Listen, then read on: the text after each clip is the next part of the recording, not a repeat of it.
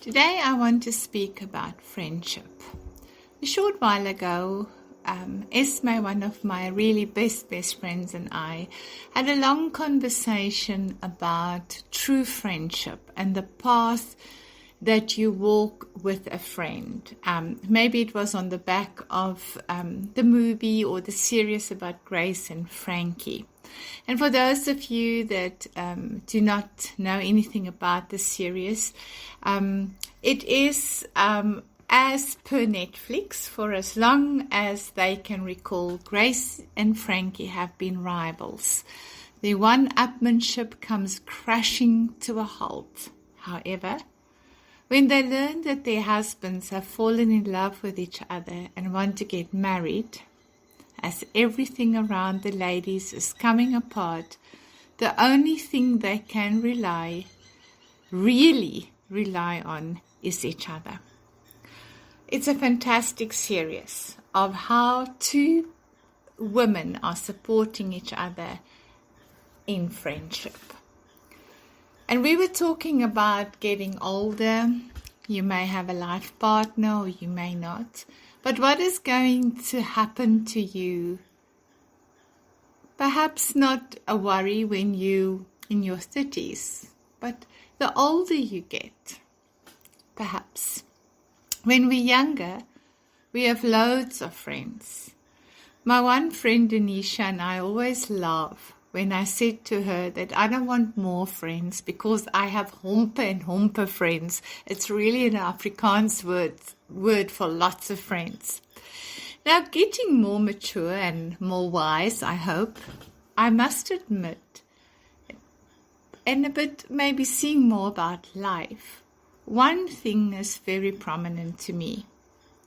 Who you're walking your mile with, the older you get, will most probably define what kind of life you would end up having getting older.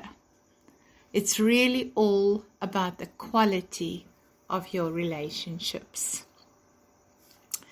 In lockdown, many people realized how small their circles really are, or how little people care. I know my one friend mentioned that so few people actually reached out. Some people learned that without money, the benefits that you can bring to that relationship, the golden trimmings, you don't have loads of friends left. Others learned that if you have an injury, losing your job, moving to a new country, losing your life partner, your inner circle is very small. If you have a public life, you have loads of friends and connections on social media. But how many of them are truly friends? They say, show me who your friends are, and I'll tell you who you are. Something to think about. My best friends, including my two sisters, I have most of them from early years, from school, just after school. They're still part of my journey. They may wear different hats. They may be in different countries. They may not all be female friends. They are my tribe. They don't need explanations, makeup, the trimmings. I think they just love me just the way I am, the way I love them. So saying that, let's look a little bit about what is the real definition of friendship. I think one of the truer things is a friend has your back.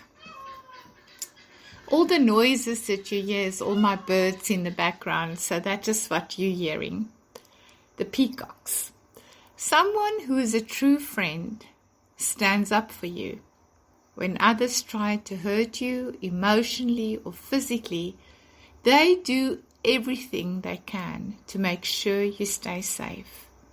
They don't care who's trying to harm you. They will defend you anytime anywhere. If they can help you, they do it without reservation or reward. A true friend is not one who repeatedly telling you negative things, what other people say about you. First, they make it clear by their words and by their actions where they stand when it comes to you. Secondly, they don't just merely stand by silently when others are tearing you down, no matter what consequences they may face socially. A true friend is a friend when it's convenient and when it's not. They stand by you consistently, both when you are present and when you're not. A true friend is authentic and honest with you. They show you who they really are. They're honest with you when it matters most. They never try to deceive you to make themselves seem stronger, more successful, or better than they really are. A true friend goes beyond the surface. Any true friendship requires some level of vulnerability. When a friend opens up to you and shares their struggles and disappointments, it is a testament to the trust and value they place in you. Having a friend that shows you that they trust you with their authentic self is a very good indicator that you can do the same with them. A true friend is only honest about themselves, but they are also honest about you. They are able to have difficult conversations in telling you things that sometimes you may not be eager to hear. The key is that they do it in love and with grace.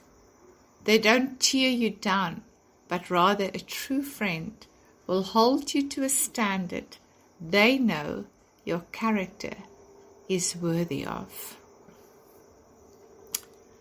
They accept you for you. They can encourage you to become a better version of you, but they also help you see the beauty of who you are right now. They don't get sidetracked by what others may say or think of you. Instead, they celebrate the you they've come to know. Although a true friend may encourage you to make good decisions, they trust your judgment and respect your own personal judgments. They don't become passive-aggressive when they give advice you don't accept. Instead, they respect boundaries and value your feelings and thoughts. They don't push you to become who they want you to be. Instead, they celebrate what makes you uniquely you. They accept your personal growth and evolutions along the way because the reasons they value goes far beneath your personal style, interest, profession, and relationship status. They truly want the best for you. A false friend might push you to change for them. They might give you the feedback you want rather than the words that will actually help you. A true friend acknowledges your feelings, but at the same time points you towards a happier, healthier life. A true friend is not complacent in your personal growth. They don't passively sit by and watch you make choices that are not good for you. They want to see the happiest and the healthiest version of you. The encouragement to make the choice that will get you to want in life. They learn the art of being your biggest cheerleader while holding you accountable to your goals as well. Good friends don't abandon you. Fair weather friends are with you when you're happy and successful. Then when things go wrong for you, they move on to the next happy, successful person. A real friend, on the other hand, stays with you through traumas, disappointments, mental health crises, and physical illnesses. They don't abandon you just because it's easier or more comfortable to avoid you. Because a true friend truly cares about you. They actually want to be there for you during your difficult times. They care more about what you are going through more than they care about how fun you are. A friend isn't around simply for the things you have in your life. They are around you. So when your life gets more challenging and you find yourself feeling pretty down or overwhelmed, you won't have to go through these challenges. You don't have to go through it alone with a true friend in your corner. So, what is your own definition of a true friend? Everyone has their own ideal friend. In addition to the qualities shared by all true friends, you may want a friend who shares your interests or goals. Or you might want to spend time with people who are different from you in ways that challenge you to grow as a person. If your current friends let you down, redefining true friendship can open the door to a rich, rewarding relationship. Much like our personal styles, we all may have different needs and desires when coming to friendship. You may also come to recognize that some differences are able to support you in some areas of life, while you may have another friend that you rely on for support in another area of your life. Expanding the friendships that make up your support system can help ensure that your needs are adequately being met. No friend is perfect, and no friend will be able to be everything to you. Even true friends will sometimes disappoint you. What matters most is how they respond to your feelings and the patterns they establish. Have the disappointments you are experiencing in your friendship become habits? A true friend cares about you and is able to have concern and respect for your thoughts and emotions, even when they may not agree. If the disappointment you are experiencing in a friendship has become consistent, it may be time to redefine your definition of a true friend.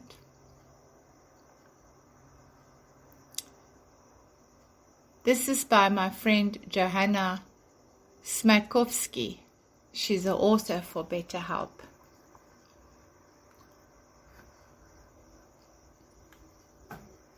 Let's look a little bit deeper. With all this in mind, let's look into the mirror and see if we are best, great, only, a special friend. Are you being a friend can count on? Never forget the saying, how can we be lovers if we can't be friends? That is really taking a step further when we're in a relationship. First, be a friend. Not too late to work on one or two of your best relationships. They're worth the investment. Most probably the best insurance policy you can have. They say, make new friends, they're worth silver. Keep your old friends, they're worth gold. Like anything else in life, there's also a few rules for friendship. I was researching to write this article for LinkedIn, and I got a few rules from Psychology Today. And one of the rules is support, trust, and honesty are givens. Everyone needs a support network, and friendships are the bedrock of our social support systems. When you consider yourself the friend of another, you're implicitly offering to be part of her support or his support network. If you're a no-show too often when you need it, your value in the network declines at a rate in direct proportion to how great his or her need might be. If you fail to show up for him or her, you shouldn't be surprised if he or she fails to show up for you. Friendships are built on mutuality. Be there for him or her so that they can be there for you. If you don't trust your friend, he or she is not your friend. If they cannot trust you, you're not their friend. If you share untruths or spread lies, you're not his or her friend. It's just that simple. Without trust, there's no authenticity to the friendship. If you can't be straight with him or her, or feel the need to hide your actions or tell untruths, the relationship is being built on shifting sand and won't be able to withstand any real challenges. A second rule is listen to your friends. Too often, we only half hear what others are telling us. Our own lives are so complicated that we have difficulty making space for caring about another's experiences some days. However, friendships require attention and tending. If we don't truly know what a friend needs, and if we don't clearly state what we're feeling or needing ourselves, friendships won't survive. I think rule number 3 is ditch the judgment.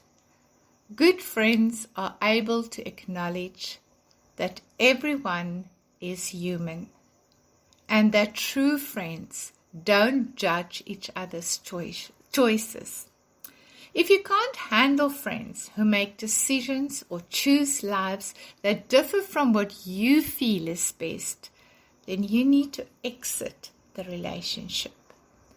Friends don't have to necessarily like or approve of their friends' choices, but good friends will accept their friends' choices no matter what. And if you can't handle the path your friend is traveling, it's better to let the relationship go than to stand on the sidelines, heckling your friend or shaming him or her for her decision or his decision. Another important and related request is that you assume the best and give your friend the benefit of the doubt. If you're quick to assume the worst and ready to lay down blame, you're not going to be the kind of friend that anyone wants for the long haul. We have to prove ourselves often enough on the job and in other situations. Don't make friendship a proving ground as well. Don't talk behind your friend's back. There's no rule that says you have to love what your friend is wearing, who your friend is dating, how your friend is raising her kids, or any other choices your friend is making. However, there is an unspoken rule that you don't bash your friend's choices to others behind her back. Gossip is a dangerous tool that women use to cement their own standing in a social setting. Gossip began as a tool that was used to protect people from making mistakes that others had made before them. Gossip was born out of the desire to protect others, not harm the subject of the gossip. Unfortunately, gossip today is designed to damage the reputation of another, which is a 180-degree turnaround from its original purpose. When it comes right down to it, there's no more valuable social capital than friendships. These are the relationships that can stand the test of time and distance and roll with the punches when things get a little dicey. Good friends, though, will give you the space you need when you need it, and love you just as much when you're down as when you're up, and when you're broke as well as loaded. Even in the best friendships, life can get in the way of frequent connections.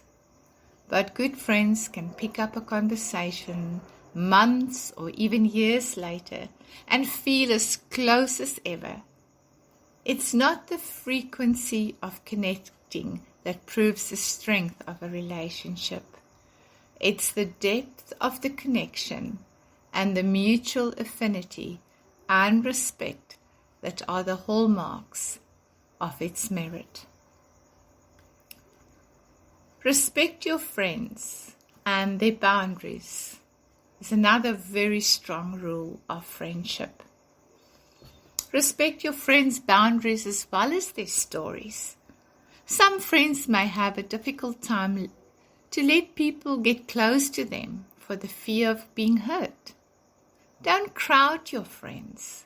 Give them the space they need to feel comfortable and let the relationship deepen over time. The beautiful thing about strong friendships is that they provide the freedom to communicate openly and honestly.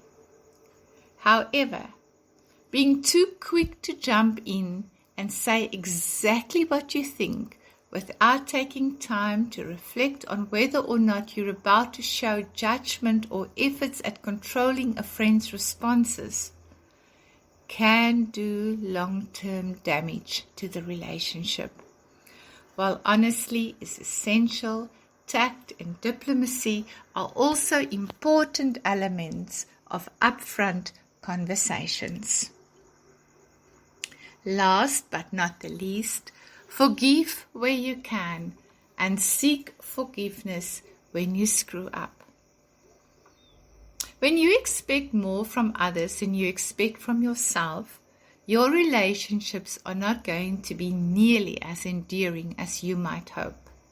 No one promises to bring perfection to a relationship, so being willing to accept and forgive the shortcomings of others makes it much more likely that you build the kind of friendships that will last. It is also important that we are able to acknowledge when we make mistakes as well. If you're able to admit when you fail to hold up your end of the relationship, it's a lot more likely that a friend will be able to forgive and move forward. Most of these is written by my friend Suzanne Deges. She's got a PhD and a professor and chair of the Counseling and Higher Education Department at Northern Illinois University. Nobody likes to get old alone. Being on your own, not having someone to help you, support you, care for you, the same as health. You can't start living healthy, flexible, movable when you're old. It is a lifelong process. And for those of you who want to have scientific proof about the importance of friendship, I would love to invite you to read my article on LinkedIn. I spoke to some of my psychologist friends, and they truly address that friends lower stress, friends keep us razor sharp, friends can make you live longer, friends can boost your career, friends can motivate you to be healthier, they can teach you about yourself, and friends just help you feel better. You can read really about the testings and the science behind that. Also, there's a few beautiful old movies that reminds you of friendship. The First Wives Club, 9 to 5, Mamma Mia. Now and Then, Romy and Michelle's high school reunion, Beaches, Clueless, Bridesmaids, Sex and the City, Steel Magnolias, and Set It Off. And I'm sure you also love to maybe hear a nice song. There's also a few links about friendship on the article. So if this may just inspire you a small little bit to look at your inner circle and see who your true friends are, the ones that you want to walk with a long mile. You know, I've watched this Grace and Frankie over this time being here in lockdown, and every time I watch the episode, I just realized that, you know, there was no need to even think about that in early days of friendship. But when we are going to grow older, it is that person that will sit with you on a beautiful beach chair and is willing to drink a glass of champagne with you watching a sunset. Somebody that will love you if you are not as flexible as you used to be, regardless of who that person is. Someone that makes you more than you can ever be. I know I'm grateful for the friends in my life. I have been blessed with very diverse friends. Friends from all walks of life. Friends that are spread all over the world. But I know that those few friends that is really my tribe, that can fit into my one hand, those are the people that I would love to get old with, that I know that I can trust for a lifelong journey. I'm also one of those very, very, very blessed people that my two sisters are truly not, I wouldn't even regard them as sisters, but they are truly in my one-hand circle as my best friends, that I trust, that I can be myself with, that I can lean on when I'm not strong.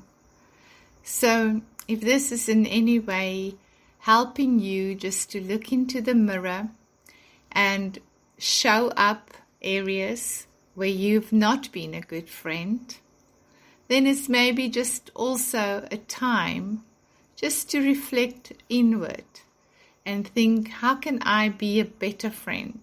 Not so much of what you can get out of this, but what can I do to be a better friend? How can I make my friend more? How can I have interaction with a friend and leave him or her in a better place? Be safe, happy friendships, and thank you for your part in my life. You are special to me.